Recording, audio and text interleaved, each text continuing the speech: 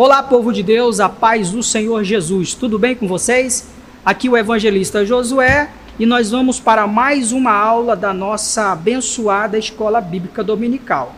Desta vez, vamos estar falando da nossa lição de jovens e adultos, tendo como tema nesse trimestre a igreja e a obra missionária. Então, quero convidar você a ir na sua estante, na sua mesa, no seu armário, e pegar a sua lição da Escola Bíblica Dominical, tudo bem? Enquanto isso, você vai abrir na página número 42, na lição de número 6, onde nós vamos estar falando sobre Paulo, o missionário desbravador. Como a lição está falando de missões, me permita iniciar esta aula com uma frase de um grande evangelista do século XVIII, teólogo, pastor britânico, conhecido por John Wesley. Ele disse o seguinte: a tua única tarefa no mundo hoje é a salvação de almas. Que coisa maravilhosa, né? Isso aí a Bíblia também diz, que aquele que ganha almas sábio é. Então quero convidar você a nós adentrarmos este mundo aqui da vida do apóstolo Paulo de Tarso, e nós vamos estar seguindo a lição que tem os seus objetivos. Dentre eles é conhecer a história do apóstolo Paulo, analisando sua atuação missionária e os frutos colhidos através do seu labor evangelístico. O para meditar desta lição diz o seguinte: imitemos Paulo nestes últimos momentos da igreja na terra e levemos a mensagem de salvação até os confins da terra.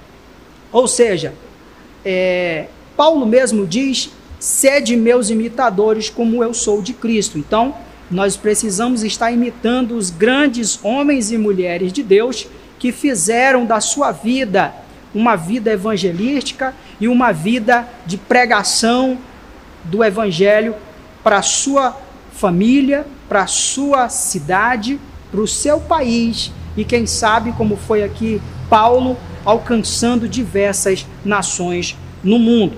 A Bíblia diz da lição, está em 2 Timóteo capítulo 4, versículo 7, onde diz: combati o bom combate, acabei a carreira e guardei a fé. A introdução desta lição, ela foca a vida de Paulo dizendo o seguinte, que ele foi um dos maiores evangelistas do Novo Testamento. E eu concordo com isso, porque Paulo evangelizou grande parte do globo terrestre, do mundo então conhecido, né? Vamos citar aqui as suas viagens missionárias, vamos citar a pessoa, o seu nome, sua naturalidade, a sua educação, a sua família em si, fatos da sua vida, que a lição está trazendo. Nós vamos estar assim percorrendo a vida desse grande bandeirante do evangelho. E é interessante citar que Paulo, ele foi aquele trator D8, né? Para quem serviu a vida militar aí, aquele trator robusto que saía arrastando e abrindo caminhos no meio da floresta. E Paulo, citando como exemplo esse trator, levando para o mundo dos evangelhos, ele escreveu 13 dos evangelhos, das epístolas, melhor dizendo, do Novo Testamento, né?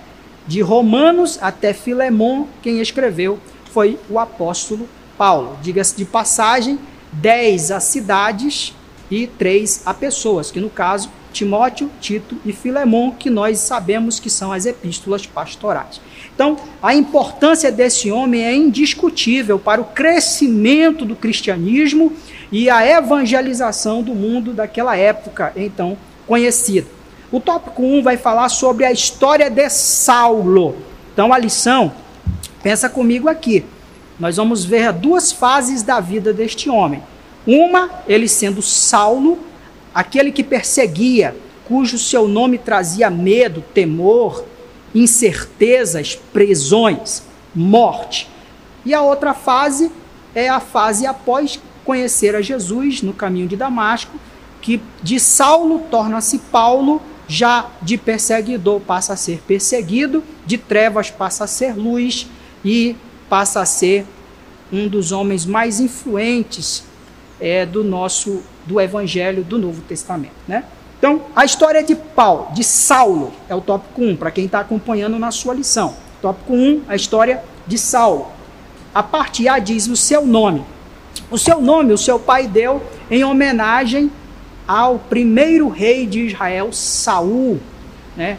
É claro que com as mudanças aí do hebraico para o grego, lá com Alexandre o Grande, onde nós temos uma Bíblia chamada Septuaginta, que é justamente essa tradução do hebraico para o grego, o nome Saul veio a ser chamado ou pronunciado por Saulo, né? Mas o significado, a etimologia desse nome é o mesmo, tanto Saul quanto Saulo, que é aquele que era desejado, né? Penso eu que deva ter alguma coisa a ver com a nação de Israel desejando um rei na pessoa de Saul, né? A sua naturalidade, ele era da cidade de Tarso, na província da Cilícia. Essa cidade era uma cidade muito importante da Ásia e essa cidade ficava às margens de um rio chamado Berdan, como todas as grandes cidades do mundo antigo. Se nós vamos falar do Nilo, nós estamos falando do Egito. Se nós vamos falar de Israel, não podemos deixar de falar no Jordão. Ou se nós trazermos para cá, não podemos falar de Boa Vista se não falarmos do nosso Rio Branco, não é verdade? E o tão famoso Rio São Francisco, que abraça diversas cidades no Brasil. Então, essa cidade Tarso era uma cidade comercial, porque esse rio Berdan, ele era uma rota marítima dos principais comerciantes da época de Paulo. E também existia uma famosa universidade na cidade de Tarso, tão famosa quanto as faculdades que existiam em Alexandria, como também em Atenas, né? A lição continua e cita no C, seu nascimento e cidadania. Logo, Paulo, ou melhor, Saulo, nasce em Tarso, né, na Cilícia, nós sabemos, por volta do ano 6 e 4 depois de Cristo, e a lição cita até o edito do imperador Caracalla, do ano 2012, onde diz, porque nós vemos pela lição que Paulo tinha uma dupla nacionalidade. Saulo tinha dupla nacionalidade. Ele era tanto judeu, da tribo de Benjamim, como também era romano. Seu pai era tanto judeu como cidadão romano. Aí existem aqueles que ficam se perguntando como foi que Saulo conseguiu ser um cidadão romano, sendo ele da tribo de Benjamim e judeu. Aí existem diversas situações que não cabe nós agora estarmos citando. O importante é que ele era um homem livre. E a liberdade era algo muito valioso naquela época. Ou seja, Deus queria pegar alguém que tivesse liberdade de adentrar lugares onde um escravo, com certeza, teria as suas limitações. Na parte D do tópico 1, ainda, falando da história de Saulo, fala sobre a sua educação. É bem verdade que nós sabemos que Saulo era um homem culto, era um homem poliglota, falava 3 línguas, o grego, o hebraico e o latim. É interessante dizer nesse tópico que tanto o hebraico quanto o grego, eles tinham distinções. Existia o hebraico e existia o aramaico, e dentro do grego tinha o grego koiné e o grego clássico. Mas quem dominava, na verdade, aquele momento era o latim, que era justamente a língua dos romanos. E a educação de Saulo, nós vemos que ele era fariseu, ele era hebreu de hebreu, seu pai sendo um fariseu, ele também foi um fariseu, e dentro da cultura judaica, ele foi um excelente fariseu, aquele que cumpria a Torá nas minúcias, de forma meticulosa. Por conta disso, nós vamos ver que por que ele foi tão perseguidor dos primeiros cristãos, né? Então, ele como fariseu era meticuloso na Torá, conhecia a Torá. Ele foi no 8º dia circuncidado, com 12 anos foi colocado sobre os pés de Gamaliel, um dos maiores homens do Antigo Testamento relacionado à cultura judaica e à Torá. Então, ele teve um dos maiores professores, que no caso foi Gamaliel. Então, a sua educação foi da primeira qualidade.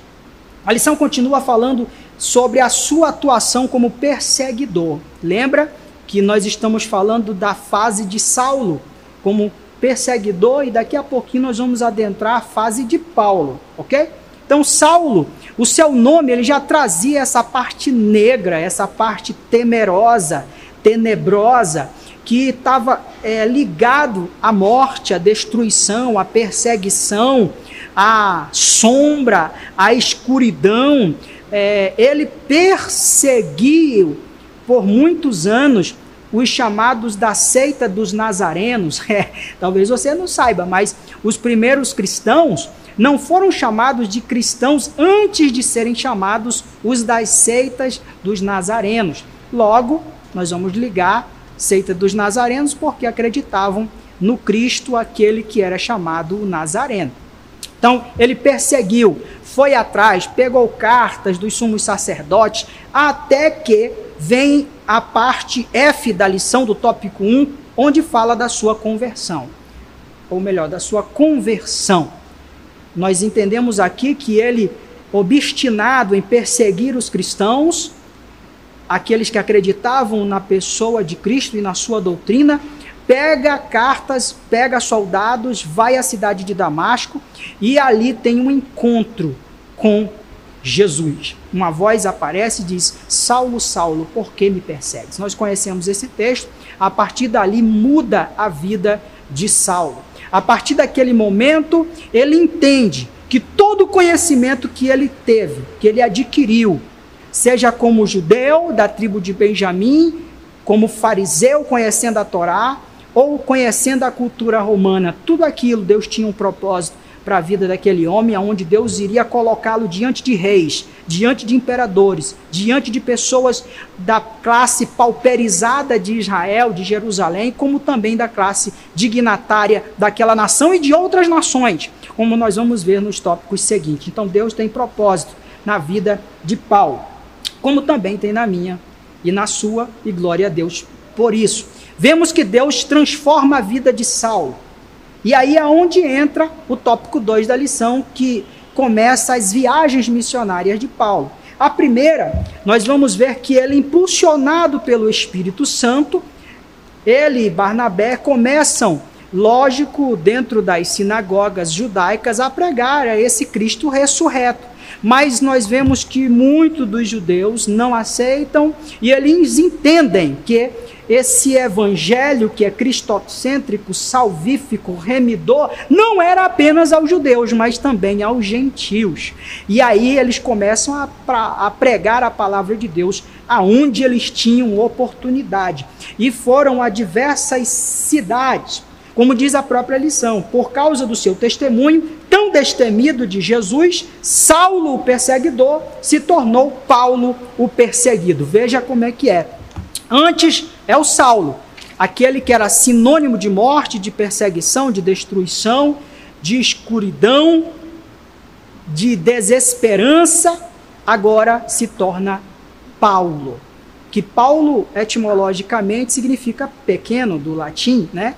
Então ele já não era aquele grande fariseu querendo ser reconhecido pela sociedade e por aqueles que o rodeavam. Não, aí ele era o pequeno, o menor, aquele que estaria servindo o reino de Deus com o evangelho e sendo um grande evangelista, pregando a todos que lhe dessem oportunidade. Então Paulo, ele, nessa primeira viagem missionária, Deus opera grandes coisas e ele vai a grandes cidades e várias pessoas aceitam a Cristo como seu único e suficiente Salvador. É lógico, a perseguição vem, é apedrejado, é dado como quase morto, mas ele persevera. Ou seja, eu tenho uma frase comigo que carrego por toda a minha vida, que é que a perseverança é quem faz o herói.